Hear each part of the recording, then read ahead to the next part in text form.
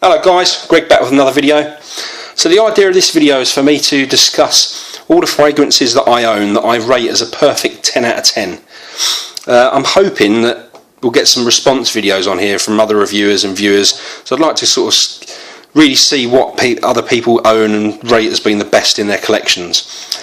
Now, I don't know how many fragrances I have tried personally, probably I guess somewhere between 750 and 1000. In terms of the ones that I own that I rate as 10 out of 10, there's only 6. Ones that I've picked are only 10 out of 10 to me. Other people may completely disagree. The only criteria that I've used here is smell, not looking at price, performance, anything else, just how good it smells. My collection's split down the middle between niche and designer. So the ones that I've picked here might be a surprise to a lot of people, but it's my personal opinions on the smell of the fragrance. So let's get into it. I'm going to give just some very brief details on each one because I want to try and keep this quite a short, snappy format. So the first 10 out of 10 fragrance, the one that I've got here, this is Dior Homme. So if you're watching this video, chances are you already know about this fragrance, but it's a powdery fragrance. It's a floral, woody fragrance with amber and leather. The main notes in here are iris, cocoa or cacao, and lavender. It's the smoothest, classiest fragrance you could ever wish to find. It's just phenomenal. Definitely top 1, 2, 3 designer release of all time. And the first entrant to my perfect 10 club, that's Dior Homme. Second pick,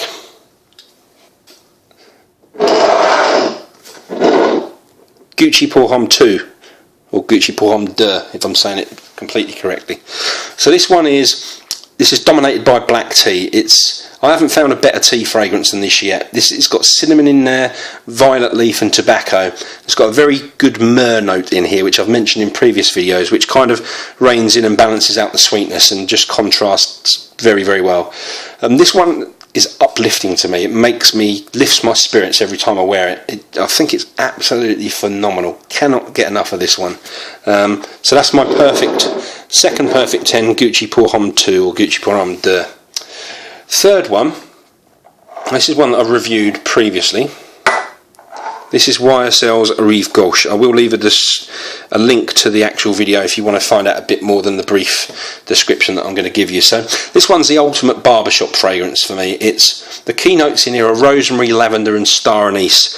The fragrance is a little bit herby, a bit woody and a little bit smoky, but overall it's just extremely clean, extremely classy, and definitely a perfect 10 out of 10 in my personal opinion. That's Rive Gauche. So 3 out of 3 designers so far for my perfect 10 club. Number 4, another designer. Needs no introduction and has made many appearances on various videos of mine. Dior's Fahrenheit. Well, I haven't actually reviewed this fully yet. I will do, but I need to do justice to this one, so I'm going to wear it for a few more months before I really get into doing a review. But I have described it previously, and what I've said is it's kind of like greasy oil and petrol mixed with leather, violet leaf, musk and woods. I've tried fragrances before. I said maybe 750 to 1000 fragrances. Anything from £5 up to, I don't know, I've tried fragrances in Harrods that were £6,000-7,000. Still nothing compares to this in terms of smell. This is the best smelling fragrance I have ever smelt. At the moment, I'm still looking for one to beat it. Dior's Fahrenheit, 10 out of 10. Number 5. And this is a fragrance that I'm just working on a review of as we speak, and I will have that up in the next couple of days. But this one is Viktor & Rolf's Antidote. This one absolutely blows me away. Everything you could want to find in a fragrance, this ticks the box. You get fruit, you get woods, you get smoke, you get herbs, you get florals, you get spices. Something in here for everyone, but combine it all is a masterpiece, to me anyway. So that's Viktor & Rolf's Antidote, 10 out of 10. Let's put you there. And the final one, and the only niche fragrance, very surprisingly, on this list, Creed's Green Irish Tweed. So the fragrance is supposed to represent a walk in the Irish countryside. The first few minutes of this are dominated by a very, very classy lemon verbena note. and then after that you pick up all those floral smells that you would expect in the Irish countryside. You get violet leaf, you get iris, then you get some cedar and some vetiver in here.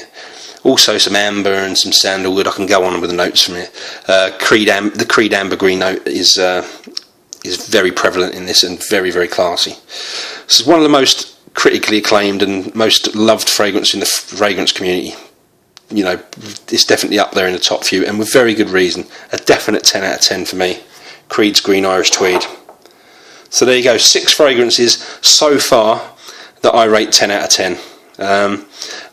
There'll be more additions to this list, and I will update as we go along. But as I said before, please do a response video. I'd love to see what you guys rate as 10 out of 10 in your collections. So there you go, that's me done. Please do rate, comment and subscribe on the video, really appreciate it, and I'll see you in a couple of days with that Victor and Rolf Antidote review. Thanks guys, speak to you soon, bye.